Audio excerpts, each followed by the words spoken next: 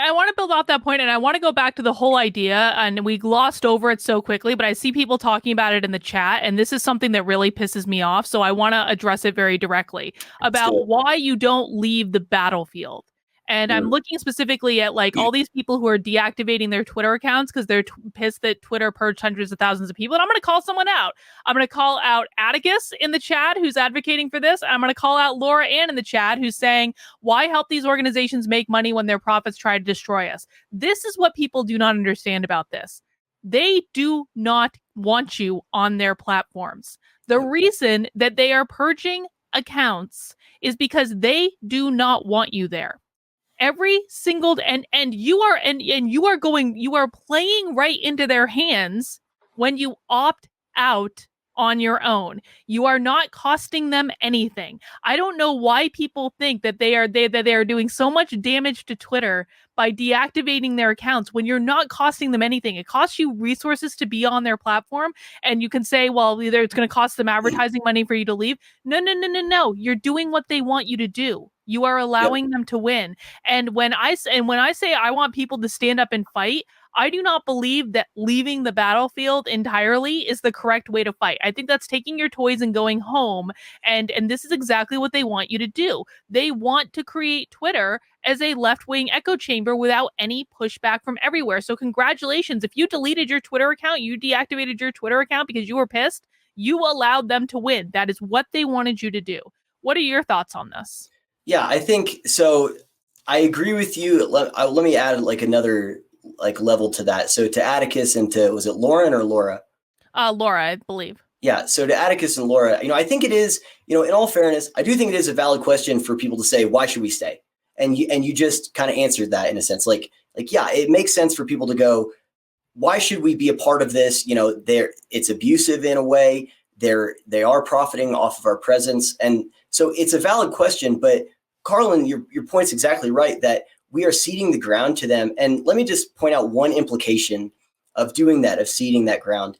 And this is something, I think that we'll probably get into here a little bit later, but one of the ways in which this ideology wins, one of the ways in which it's able to consistently be abusive is through caricaturing the opposition and through dehumanizing the opposition. And so whenever, like, the fewer people there are that are in that environment with them, that are real people like you and me and anyone else who are not just the alt-right Nazi, bigot, QAnon, whatever thing that they paint us to be, but that are actual real human beings, the fewer there are, the more, like, the easier it is to buy into that caricaturing of us, and easy to go along with that. What I was talking about, that dehumanizing and charged language that's become so normalized over the last 4 years.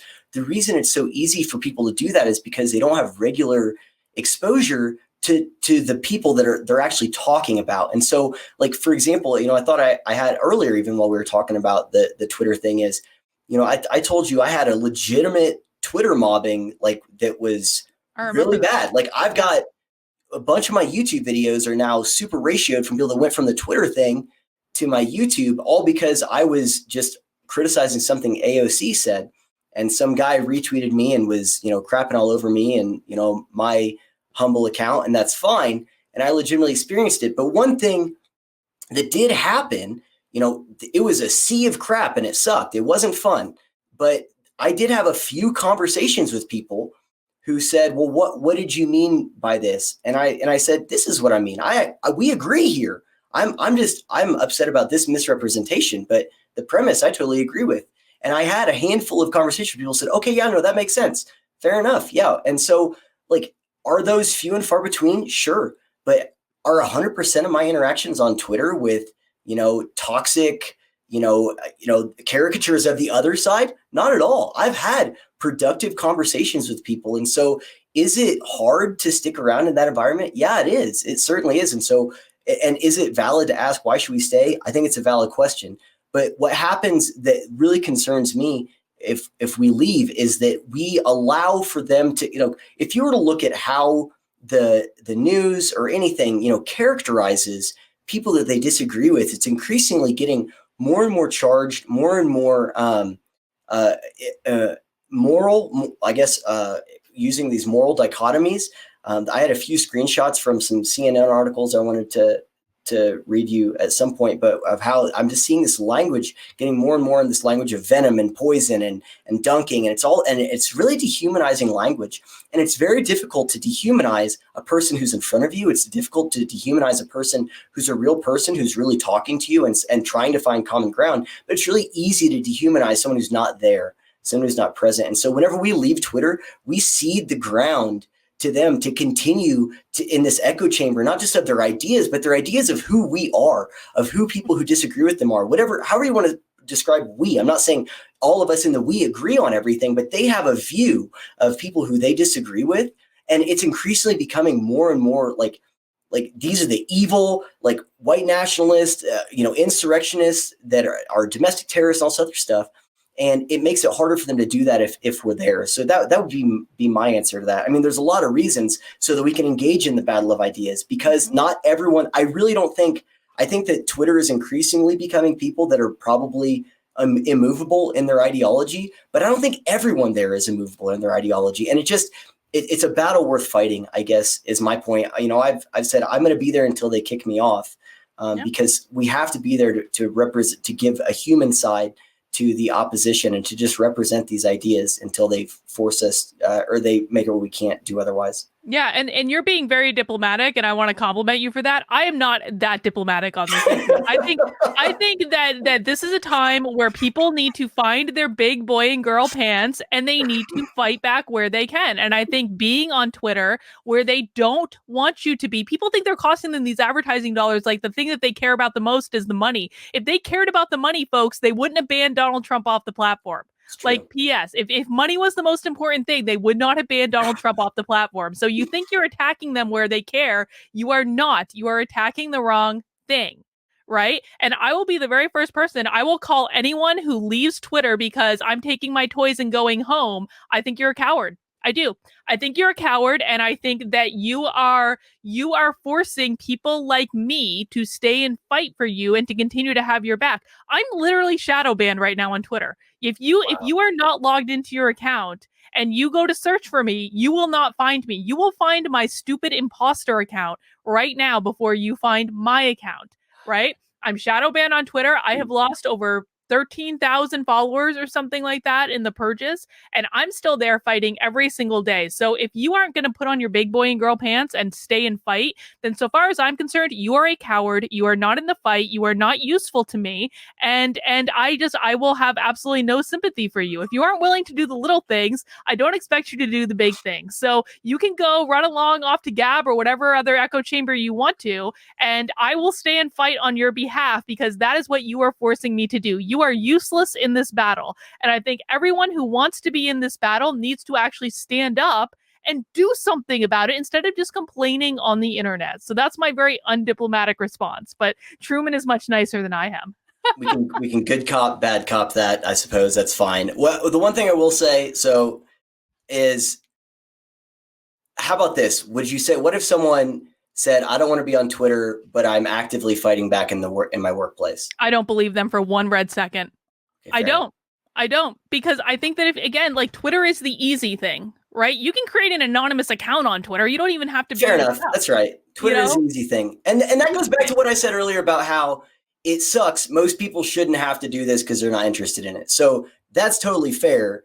And, I agree with your general point of, like, and to what you just said, I think that's totally true. It's like, and this is something we've seen people say for a while now. The people, Dave Rubin, I think, is increasingly pissed about this, where he's like, there are people who are saying, I'm so glad you're doing this because I'm afraid to speak out. He's like, it shouldn't just be me. Like, we all have to do this. And so whenever you're saying you're leaving me to fight for you because you're not willing to do it, and I think that's a fair point, and to what I said earlier, whatever the reasons are, it sucks, but this is what's being asked of us right now, even if it's something as stupid as being on Twitter, like, it does matter. Just like how about this? I think we would agree on this.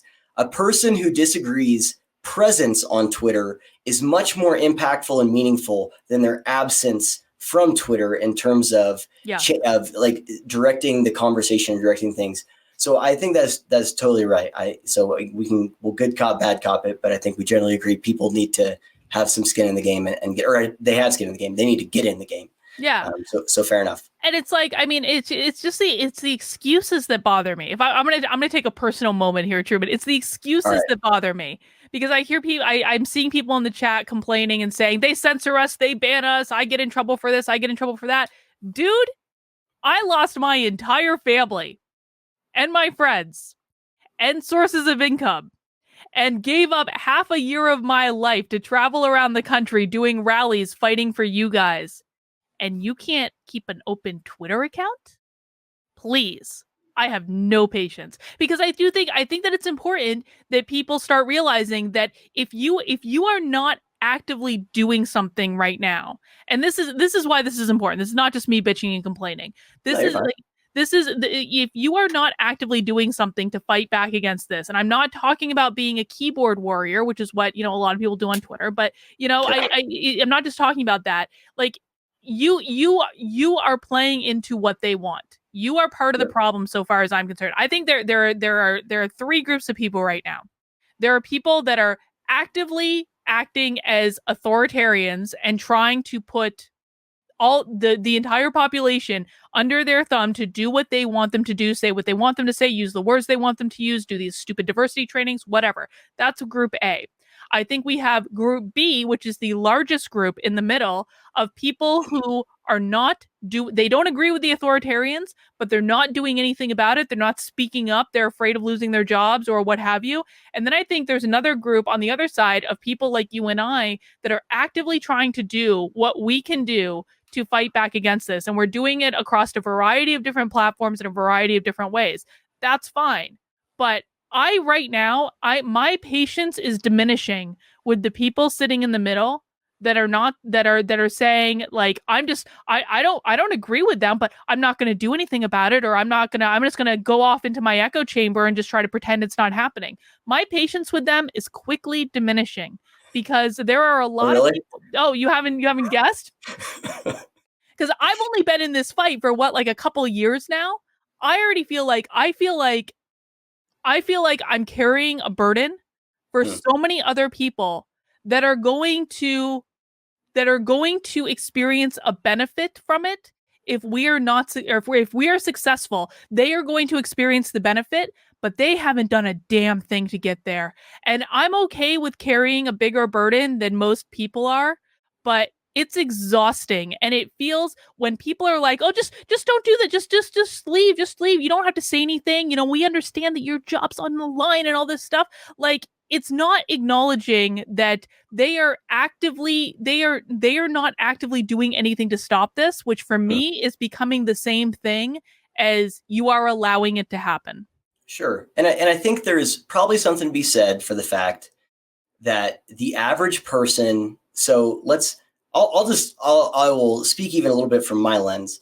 I am incredibly overwhelmed and fight. Like, one of my biggest fights just personally is, kind of a nihilistic apathy and cynicism of like, it doesn't matter. It's too big. We can't win kind of thing. And I have to fight that, to be honest, a lot. And so I can see how a lot of those people are going, it doesn't matter. Like, what impact can I have? And I think the point that you're making is them doing something is better than them doing nothing. And that, like, we can make a difference, even if it's something, like I said earlier, like, you even being on Twitter or just being there as that immovable object, until they force you otherwise, is much more meaningful than doing nothing. And I think the average person feels that same thing of like, this thing is so big. What can I do? I'm just a whatever, my job is. I'm just one person. And I think they lose sight of the fact that they're not alone. Like what you said, but us bowing out is what they want. It makes it seem like they're winning. And another way, I think you said something the other day that ties into this. The opposite of if what they want is us checking out, that means what they don't want is us sticking around. And if they don't want it, like what you said the other day, is it means they're afraid of it. It means that it's something concerning to them. And so that means that the average person who is like, what could I do? My present doesn't matter. It does matter. They are afraid of you sticking around. They are afraid of you being there. They want you to be demoralized. They want you to sit this out. They want you to take your ball and go home, because they know that if you stick around, that's an obstacle to them. And the more people that stick around, that's the more obstacles that they're going to encounter. And so, like, yeah, like we have to fight that collective, nihilism and apathy. And by the way, I know it's easier to do that. It's easier to check out because in the short term, yeah, I think most people won't feel the penalty of, what happens as this thing takes over. But that doesn't mean they won't eventually feel it. And so like maybe they just need to be reminded in some cases, again, maybe this is me doing the good cop thing, but I think they need to be reminded that their presence does matter. They can make a difference. Every single person can make a difference. You wrote a Medium article. You wrote a freaking Medium article, right? Like that's how these things happen. And so people cannot ever underestimate the power of just themselves standing up and saying like, no, or being a part of it, or something as simple as maintaining a Twitter account to engage it in something, even if it's minuscule, because the opposite is what they want. The opposite is you leaving, and that's what they want. What they don't want is you to stick around and be a part of that. And that shows that even Jack Dorsey and the tech machine is afraid of people like us whenever we actually stick around and are willing to fight for these things. Yeah, I absolutely agree. They do not want you there. They do not care if they lose advertising money. They do not, that is not their highest priority. Jack Dorsey's highest priority is maintaining his space in the way that he wants to maintain it. You guys got to understand. And Twitter is not the end all be all. Twitter is not going to change the world. But this is like a little microcosm of the larger problem that I see with people who prefer to actively opt out rather than to fight back. And I think that the larger point I want to make is that if you are not in the battle fighting for free speech in places that are not right-wing echo chambers where everyone doesn't, like if you're fighting the free speech battle on Gab, congratulations. Everyone else agrees with you. You are literally like and I'm on Gab. I'm enjoying Gab. I actually think that Gab, once they have now that they've kind of stabilized, Gab is actually a pretty cool platform. I'm enjoying it. I think that it has a lot of potential. I mean, even just the functionality of it is a lot better than Twitter in some respects. But you are going to convince a grand total of 0 people to change their minds on Gab. It accomplishes nothing. Parler is exactly the same way. I think Parler is a crappy platform. I do hope it comes back because, I don't think it should have been taken down in the first place. But we win nothing on Parler. I would even say the same thing about Locals. And I'm a big fan of Locals. I'm on Locals. You're on Locals. We love Locals. It's like social media for adults. But guess what? The whole idea behind Locals is that you are in a community of like-minded people. And that's the whole point of it. It's creating these niche communities of like-minded people. You are probably not going to win anything being on Locals. The places that we can start to win people over, and I think that the free speech argument and the censorship argument is actually one of the most compelling things that's happened, because people on the left understand that. They understand the importance of free speech. They understand the importance of the First Amendment. And I actually, more than any other thing that's happened in the last year, when that happened, when Twitter purged hundreds of thousands of people from their platform, including the president of the United States, I got messages from people who I hadn't talked to in months or even maybe years since all this happened, who said, Carlin, I know we don't agree on politics right now, but this is really concerning to me. Well, guess what? If I had opted out of Twitter, I never would have gotten those messages. And that was the only place that I was able to actually have conversations with people to say, I told you this was coming, and here's what happens next.